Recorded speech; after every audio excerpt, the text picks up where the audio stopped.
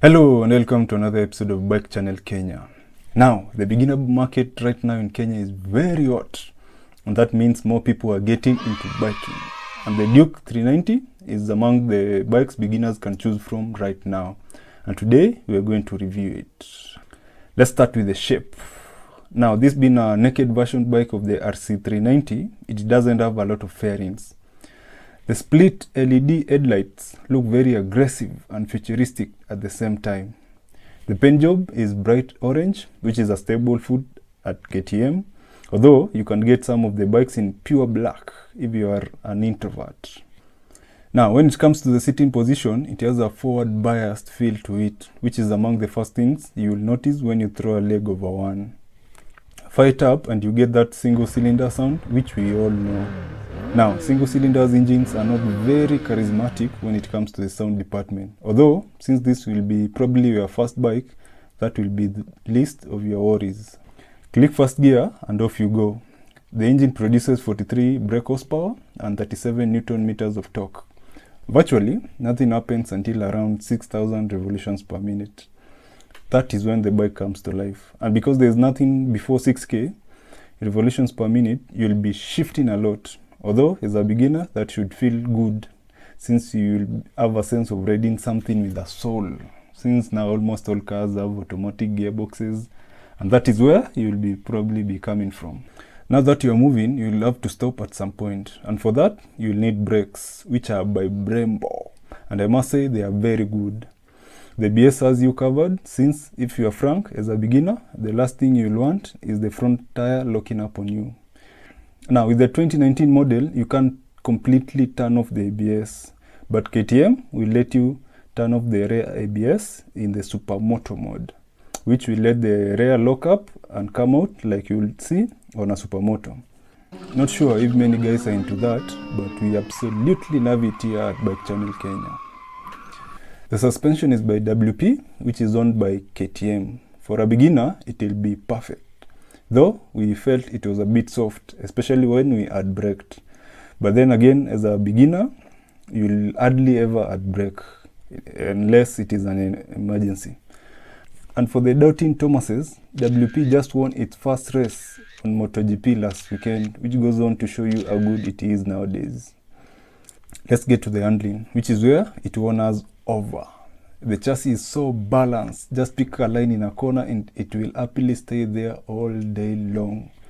Now we know why they call it a corner rocket. The Metzeler tires though play a big role in all of this, because once they are warmed up, they are very sticky, especially for street riding. Unfortunately, we didn't take it to the track, since you can't be too crazy on the streets, especially here in Kenya.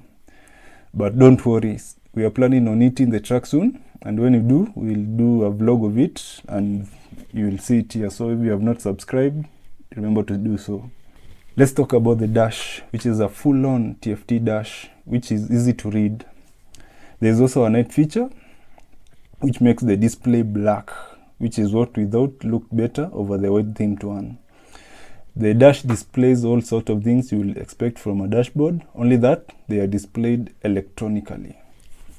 We did 0 to 100 in 5.8 seconds, so let's just say 6 seconds, and we managed a top speed of 161 kilometers per hour. Though, with me on board, I might have been holding it back, since being 6 feet tall comes with a lot of drag. But then again, top speed runs is something best left to the likes of Kawasaki Ninja H2R and the more experienced riders. The tank holds 13.5 liters, so when you take an average of 30 kilometers per liter, you'll have a range of about 400 kilometers, which is what you get mostly from bikes in this category. Now, if you are sort of an intermediate rider coming from something like a 250cc, this bike will most probably turn you into a hooligan. When you combine the chassis maneuverability, the sticky tires, the Supermoto mode, that is just a recipe for being a hooligan. Also, when you're in first gear and get to around 6,000 to 8,000 revolutions per minute and pop the clutch, the front will come up. So, in short, if you are an intermediate rider and you upgrade to the Duke 390, you won't be bored very quickly of your new toy and start thinking of upgrading. The Duke is generally a good overall package. I haven't ridden a lot of other bikes in this category, so I can't generally comment on how they compare. But I truly envy the beginners of nowadays since they have so much to choose from. And yes, people have been requesting for the reviews of the Jincheng. The thing is, I don't personally know anyone with a Jincheng, and you can't walk up to a Jincheng owner you find on a road and tell him, hey, I want to review a bike. However, you can go check the review from my friend Rico the Gearhead, who did it, and subscribe to his channel for more Kenyan content. I'll leave the link in the description below. I mean, if we don't support ourselves, who will? So that is it for this video. Remember to like, comment, anything you'd like to see, and subscribe for more. See you on the next one. Ciao.